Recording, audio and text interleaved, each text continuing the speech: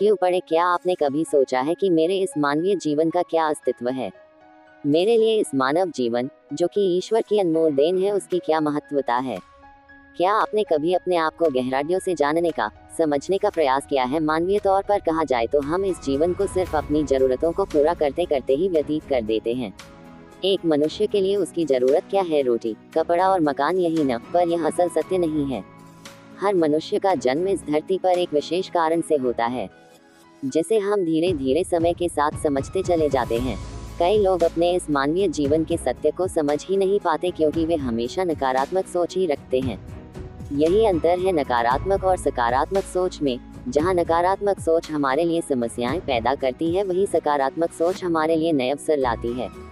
आइए हम जीवन के इस सत्य को एक कहानी द्वारा समझने की कोशिश करते हैं। धनवान सेठ की कहानी। एक गांव में एक बहुत बड़ा धनवान व्यक्ति रहता था। लोग उसे सेठ धनीराम कहते थे। उस सेठ के पास प्रचुर मात्रा में धन संपत्ति थी, जिसके कारण उसके सगे संबंधी, रिश्तेदार, भाई बहन हमेशा उसे घेरे रहते थे। वे उन्हीं के राग लापते रहते थे। सेठ भी उन सभी लोगों की काफी मदद करता था। तभी अचानक कुछ समय बाद सेठ को भयंकर रोग लग गया। इस भयंकर बीमारी का सेठ ने बहुत उपचार करवाया, लेकिन इसका इलाज नहीं हो सका। आखिरकार सेठ की मृत्यु हो गई। यमदूत उस सेठ को अपने साथ ले जाने के लिए आ गए। जैसे ही यमदूत सेठ को ले जाने लगे, तभी सेठ थोड़ी दूर जाकर यमदूतों से प्रार्थना करने लगे कि मुझे थोड़ा सा समय दे दो, मैं लौटकर तुरंत आता हूँ। दूतों ने उसे अनुमति दे दी।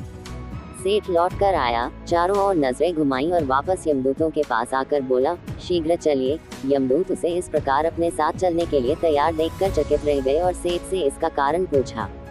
सेठ ने निराशा भरे स्वरों में कहा, मैंने हेराफेरी करके अपार धन एकत्रित किया था, लोगों को खूब खिलाया पिलाया और उनकी बहुत मदद भी की। सोचा था कि वो मेरा साथ कभी नहीं छोड़ेंगे।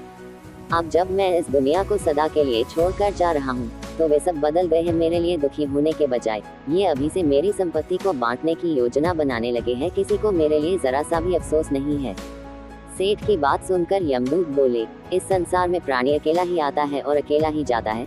इंसान जो भी अच्छा या बुरा कर्म करता है, उसे इसका परिणाम स्वयं ही भुगतना पड़ता है। हर प्राणी इस सत्य को समझता तो है, पर देर से।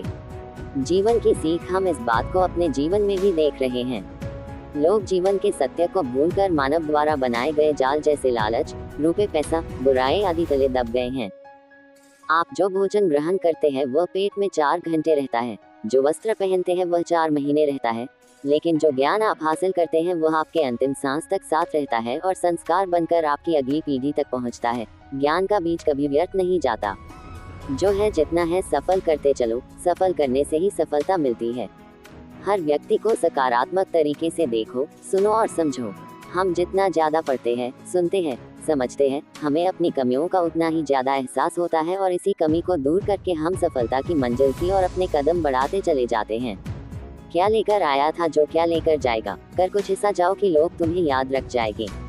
आपको बस ये करना है, एक, कोशिश करो कि गलत काम नहीं करना। 2, किसी चीज को लेकर ज्यादा लालची नहीं होना है। 3, लाइफ को एंजॉय करते चलो। 4,